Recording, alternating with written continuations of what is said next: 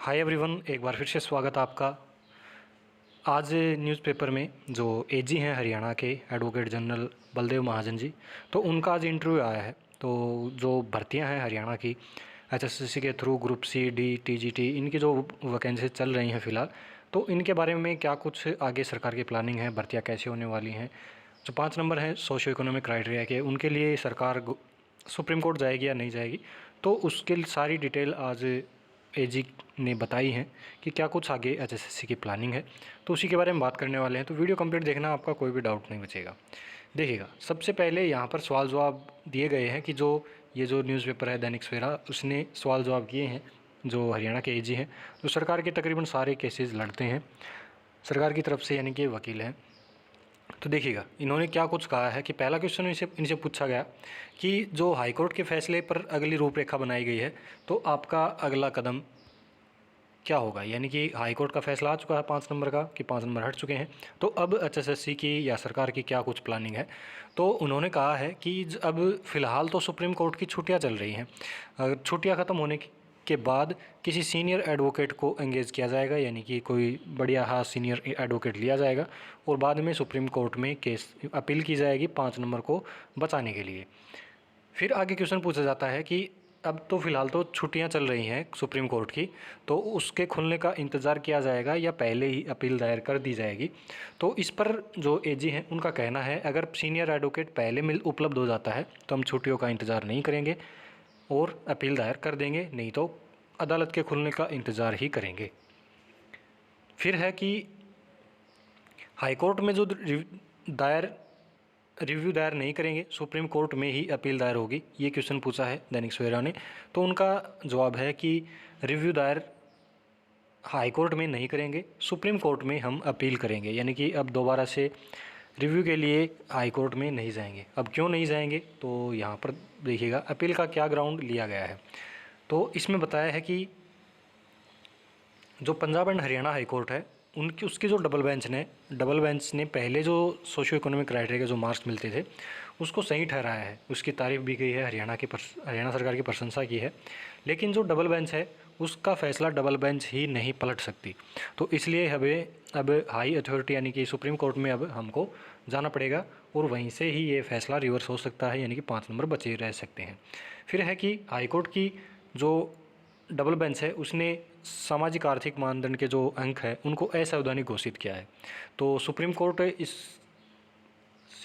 Court इनको कैसे continue रखेगा, कैसे बचने की उम्मीद है।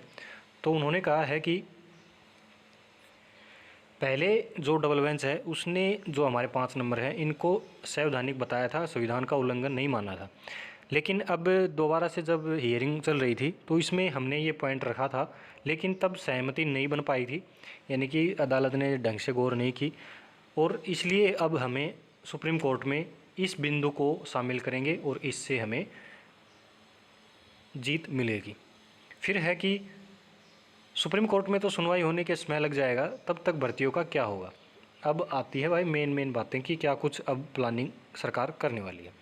तो देखिएगा, यहाँ पर बताया है कि जो इंटरिम रिलीफ का जो आदेश आएगा उसके बेसिस पर हम जो भर्तियां हैं उसको करेंगे, यानी कि हाई कोर्ट सुप्रीम कोर्ट में चले जाएंगे, वहाँ पर हियरिंग चलती रहेगी, और जो इंटरिम रिलीफ का जो आएगा, अगर सुप्रीम कोर्ट ने जाते ही स्टे लगा दी कि ग्रुप सी की जो भर्तियां हैं उन पर स्टे हो जाएगी, तो भाई सारी भर्तियां रुक जाएंगी। लेकिन जो इंटरिम रिलीफ का अगर ऑर्डर आ जाता है कि जो हियरिंग है वो चलती रहेगी और आप भर्तियां जारी रखिएगा, तो ऐसा कुछ ऑर्डर आ गया तो उसमें भी परेशानी होगी। अगर बाद में सुप्रीम कोर्ट से भी हट गए 5 नंबर, तो जितने भी पेपर हुए हैं वो सारे रद्द, भर्तियाँ रद्द, जैसे कि 20 ग्रुप वालों के साथ बन रही है वैसा ही सभी के साथ बन जाएगा।